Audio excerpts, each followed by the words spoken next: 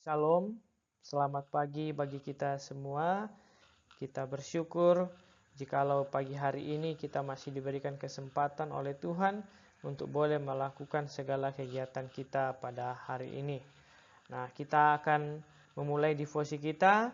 Sebelumnya mari kita satu di dalam doa, kita berdoa.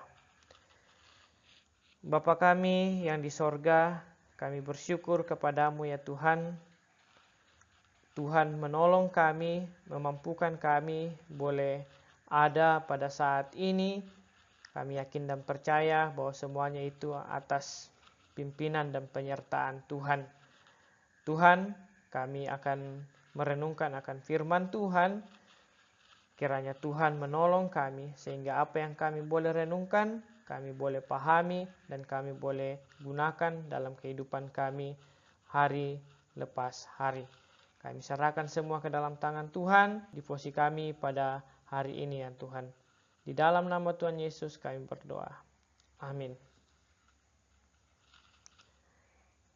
Nah, anak-anak, pembacaan kita pada pagi hari ini terambil dari kitab 1 Raja-Raja, pasalnya yang ketiga, ayat 1 sampai 28. 1 Raja-Raja pasal 3 ayat 1 sampai 28.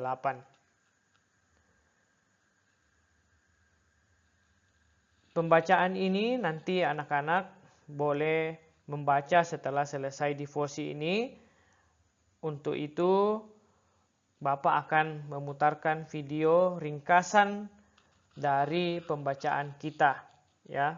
Jadi Bapak akan memutarkan videonya nanti untuk pembacaan Alkitabnya setelah selesai devosi ini anak-anak silakan secara mandiri boleh membacanya di rumah masing-masing. Nah, mari kita saksikan videonya. Kebijaksanaan Salomo. Salomo menjadi raja menggantikan Daud ayahnya. Nama ibunya adalah Batsheba. Pada suatu hari, Raja Salomo pergi ke Gibeon untuk mempersembahkan korban. Sebab disitulah bukit pengorbanan yang paling besar. 1000 korban bakaran dipersembahkan Salomo di atas mezbah. Di Gibeon, Tuhan menampakkan diri kepada Salomo dalam mimpi. Berfirmanlah Tuhan, mintalah apa yang hendak kuberikan kepadamu.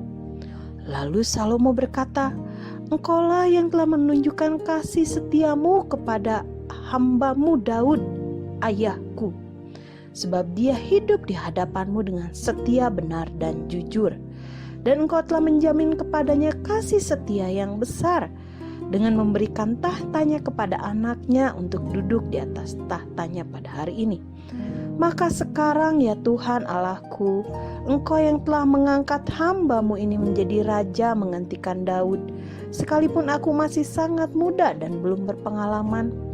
Demikianlah hambamu ini berada di tengah-tengah umatmu yang kau pilih, satu umat yang besar yang tidak terhitung dan tidak terkira banyaknya. Maka berikanlah kepada hambamu ini hati yang faham menimbang perkara untuk menghakimi umatmu dengan dapat membedakan antara yang baik dan yang jahat. Sebab siapakah yang sanggup menghakimi umatmu yang sangat besar ini? Lalu adalah baik di mata Tuhan bahwa Salomo meminta hal yang demikian. Jadi berfirmanlah Allah kepada Salomo, oleh karena engkau telah meminta hal yang demikian dan tidak meminta umur yang panjang, kekayaan atau nyawa musuhmu, melainkan pengertian untuk memutuskan hukum, maka sesungguhnya aku melakukan sesuai dengan permintaanmu itu. Sesungguhnya aku memberikan kepadamu hati yang penuh hikmat dan pengertian, sehingga engkau akan menjadi orang yang begitu bijaksana. Dan juga apa yang tidak kau minta aku berikan kepadamu, baik kekayaan maupun kemuliaan, sehingga sepanjang umurmu tidak ada seorang pun seperti engkau di antara raja-raja. Jika engkau hidup menuruti jalan yang kutunjukkan dan engkau mengikuti segala ketetapan dan perintahku sama seperti Daud ayahmu, maka aku akan memperpanjang umurmu. Lalu terjagalah Salomo, ternyata ia bermimpi. Pada suatu hari, masuklah 2 orang perempuan menghadap raja. Lalu kata perempuan yang satu, "Ya Tuanku, aku dan perempuan ini diam dalam satu rumah. Aku melahirkan anak pada waktu dia ada di rumah itu. Kemudian pada hari ketiga sesudah aku, perempuan ini melahirkan anak. Kami sendirian, tidak ada orang luar bersama dengan kami, hanya kami berdua. Pada sewaktu malam, anak perempuan ini mati karena ia menidurinya. Dan waktu tengah malam, ia bangun mengambil anakku dan menempatkannya di pangkuannya, sedang anak yang mati dibaringkannya di pangkuanku. Ketika aku bangun waktu pagi, tampaklah anak itu sudah mati. Tetapi ketika aku mengamat-ngamatinya, tampaklah bukan dia anak yang kulahirkan." Kata perempuan yang lain, "Bukan, anakkulah yang hidup dan anakmulah yang mati." Tetapi perempuan yang pertama berkata, "Bukan, anakmulah yang mati, anakkulah yang hidup." Begitulah mereka bertengkar di depan Raja Salomo. Lalu berkatalah raja, yang seorang berkata, "Anakkulah yang hidup dan anakmulah yang mati." Yang lain berkata, "Bukan, anakmulah yang mati, anakkulah yang hidup." Sesudah itu raja berkata, "Ambilkan aku pedang, bawalah pedang itu ke sini." Kata raja, "Penggalah anak yang hidup itu menjadi 2 dan berikanlah setengah kepada yang satu dan setengah lagi kepada yang lain." Maka kata perempuan yang punya anak itu kepada raja, "Tuanku, berikanlah kepadanya bayi yang hidup itu, janganlah sekali-kali membunuh dia." Tetapi yang lain berkata, "Supaya jangan untukku, untukmu, penggalah saja." Tetapi raja menjawab, katanya, "Berikan kepada ibu yang satu ini, sebab dialah yang empunya bayi itu. Jangan apa-apakan bayi itu." Ketika seluruh orang Israel mendengar keputusan hukum yang diberikan Raja Salomo, maka takutlah mereka kepada raja, sebab mereka melihat bahwa hikmat daripada Allah ada dalam hatinya untuk melakukan keadilan. Nah, anak-anak, kita setelah menyaksikan videonya, nah kita akan masuk dalam perenungan kita pada devosi kita pada pagi hari ini. Nah, kira-kira apa-apa saja yang bisa menjadi bahan perenungan kita pada pagi hari ini. Nah, anak-anak, mari kita coba pikirkan ya pertanyaan-pertanyaan berikut. Yang pertama, mengapa Salomo meminta petunjuk Tuhan untuk apa yang harus ia lakukan sebagai seorang raja? Kira-kira mengapa ya Salomo minta petunjuk Tuhan untuk apa yang ia harus lakukan sebagai seorang raja? Nah, kalau kita melihat, kalau seorang raja pastinya kan mempunyai ada namanya penasehat, banyak menteri. Nah, orang-orang yang diangkat sebagai penasehat, orang-orang yang diangkat jadi seorang menteri adalah orang-orang yang hebat.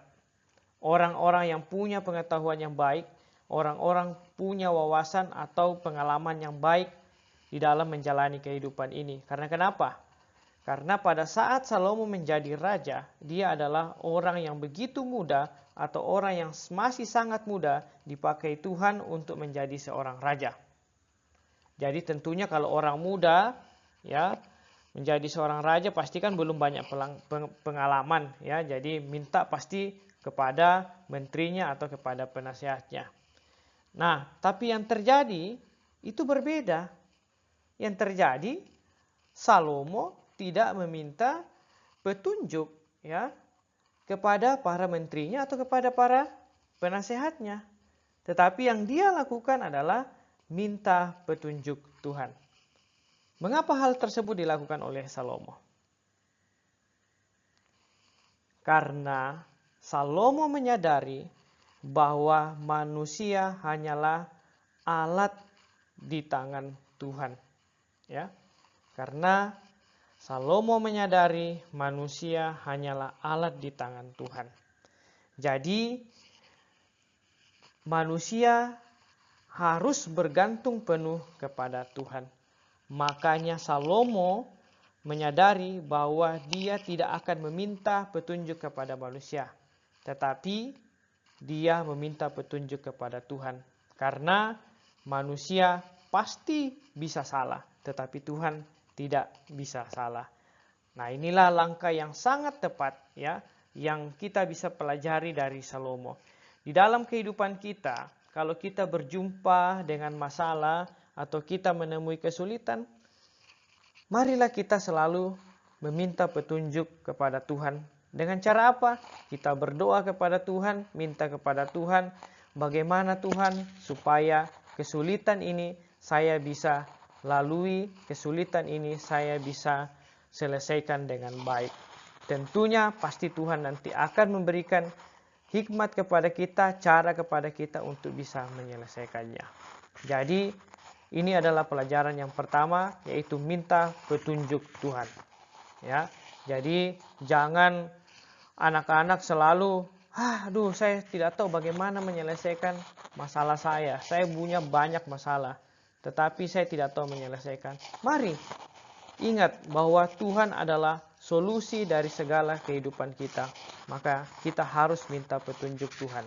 Ya, itu penting bagi kita, ya, prinsip bagi kita bagaimana kita hidup, bahwa kita harus selalu minta petunjuk Tuhan. Ya, tadi tentu caranya ya di dalam doa. Nah, itu yang pertama. Kemudian yang kedua, yang bisa kita pelajari atau yang bisa kita dapatkan dari pelajaran tentang Salomo, yaitu mengapa Salomo tidak meminta kekayaan, kemakmuran, kemasyhuran, dan umur yang panjang dari Tuhan? Bukankah orang mencari yang namanya kekayaan? Bukankah orang mencari yang namanya kemakmuran? Bukankah orang mencari yang namanya kemasyhuran? Bukankah orang mencari umur yang panjang? Tetapi anak-anakku sekalian, Salomo tidak meminta hal tersebut. Ya. Ini unik sekali. Yang orang cari tetapi tidak diminta oleh Salomo. Ya. Yang orang cari tetapi tidak diminta oleh Salomo. Kira-kira mengapa hal tersebut tidak diminta oleh Salomo?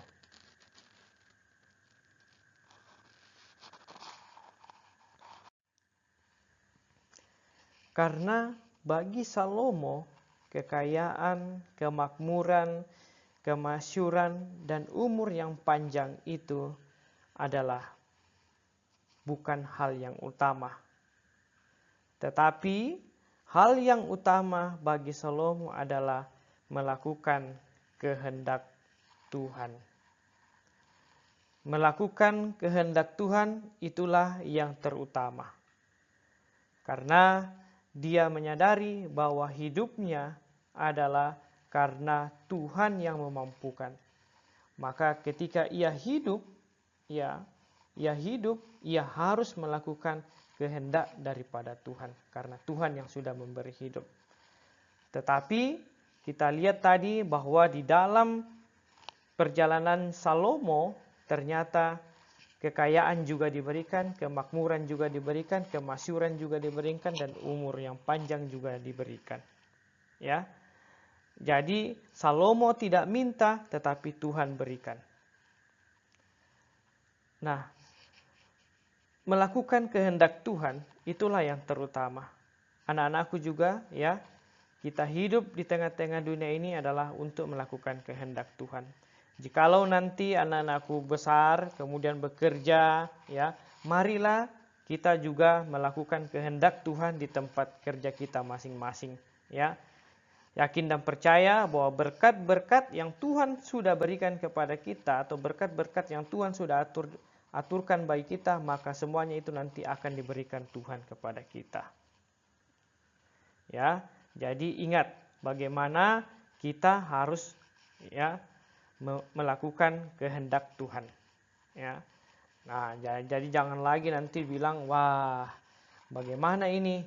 Ya, saya harus hidup di tengah-tengah dunia ini, saya harus bagaimana? Ya, kita sudah tahu ya, belajar dari Salomo bagaimana ia melakukan kehendak Tuhan. Jadi dia meminta hikmat kepada Tuhan untuk dia bisa hidup melakukan kehendaknya. Ya, nah, demikianlah devosi kita pada pagi hari ini. Kiranya dapat menolong kita semua, menolong anak-anak untuk bisa menghidupi, untuk bisa bagaimana caranya hidup di tengah-tengah dunia ini, ya, selalu mengandalkan Tuhan. Mari kita berdoa. Bapa kami di dalam sorga, kami bersyukur kepadamu ya Tuhan. Tuhan sudah menolong kami, memimpin kami dalam devosi kami pada pagi hari ini. Kiranya apa yang kami boleh renungkan Tuhan, Tuhan juga lah yang akan menolong kami untuk boleh melakukannya dalam kehidupan kami, mengandalkan Tuhan di dalam kehidupan kami, dan selalu meminta pertolongan Tuhan, petunjuk dari Tuhan untuk kami boleh hidup di tengah-tengah dunia ini. Terima kasih ya Tuhan, kami akan melakukan segala kegiatan kami pada hari ini. Kiranya Tuhan memberkati proses belajar mengajar kami, sehingga boleh berjalan dengan baik.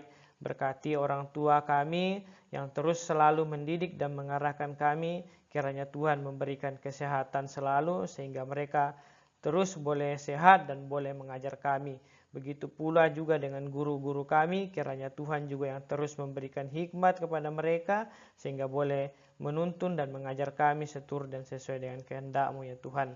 Terima kasih ya Tuhan Yesus, inilah doa kami, di dalam nama Tuhan Yesus kami berdoa. Amin. Ya, demikianlah devosi kita. Selamat pagi, Tuhan memberkati kita semua.